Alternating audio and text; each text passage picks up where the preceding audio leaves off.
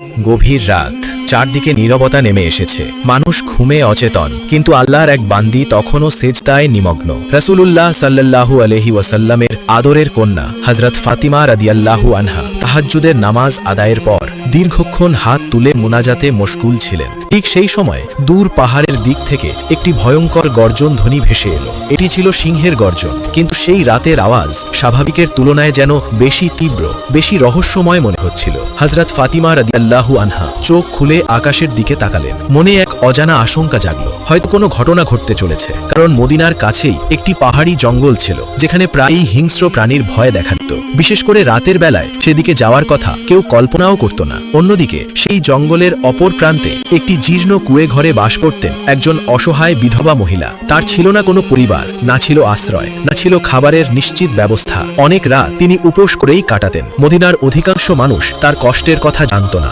এমনকি হযরত ফাতিমা রাদিয়াল্লাহু আনহাও তার অবস্থা সম্পর্কে খুব বেশি অবগত ছিলেন না। পরদিন সকালে হযরত ফাতিমা রাদিয়াল্লাহু আনহার একটি কাজে রাসূলুল্লাহ সাল্লাল্লাহু আলাইহি ওয়াসাল্লামের ঘরে যাওয়ার প্রয়োজন হলো। তিনি একাই বাড়ি থেকে রওনা হলেন, কিন্তু নবীজির দরজার কাছে পৌঁছেই হঠাৎ থেমে গেলেন। পা যেন আপনা আপনি থেমে গেল। কিছুক্ষণ তিনি দরজার সামনে দাঁড়িয়ে রইলেন এবং ভেতরের কথোপকথন শুনতে লাগলেন। কারণ তখন রাসূলুল্লাহ সাল্লাল্লাহু আলাইহি ওয়াসাল্লাম কয়েকজন সাহাবীর সঙ্গে কথা বলছিলেন, আর তার কণ্ঠে ছিল গভীর চিন্তার ছাপ। তিনি বলছিলেন, হে আমার সাহাবীরা, তোমরা কি জানো মদিনার সীমান্তের কাছে পাহাড়ের ওপারে একটি জঙ্গলের মধ্যে একজন বিধবা মহিলা বসবাস করেন। তার স্বামী আল্লাহর পথে শহীদ হয়েছেন। তিনি অত্যন্ত দরিদ্র অবস্থায় জীবন কাটাচ্ছেন। আজ 2 দিন ধরে তিনি ক্ষুধার্ত।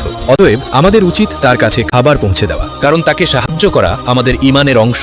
এ কথা শুনে সাহাবায়ে কেরাম বললেন, ইয়া রাসূলুল্লাহ, আমরা অবশ্যই যেতে চাই, কিন্তু সেখানে পৌঁছতে হলে জঙ্গল পার হতে হবে, আর আমরা শুনেছি সেখানে হিংস্র প্রাণীর ভয় রয়েছে। তখন রাসূলুল্লাহ সাল্লাল্লাহু আলাইহি ওয়াসাল্লাম অটল ভরসার সঙ্গে বললেন, ভয়ের কোনো কারণ নেই। হিংস্র প্রাণীরাও আল্লাহর সৃষ্টি, তারাও আল্লাহর জিকির করে। যে আল্লাহর নামে যায় তার কোনো ক্ষতি হয় না। ঘরের বাইরে দাঁড়িয়ে থাকা হযরত ফাতিমা রাদিয়াল্লাহু আনহার হৃদয়ে এই কথাগুলো গভীরভাবে গেঁথে গেল। তার চোখ থেকে নীরবে অশ্রু ঝরতে লাগলো। মনে একটি চিন্তা উদয় হলো, যখন আমার পিতা একজন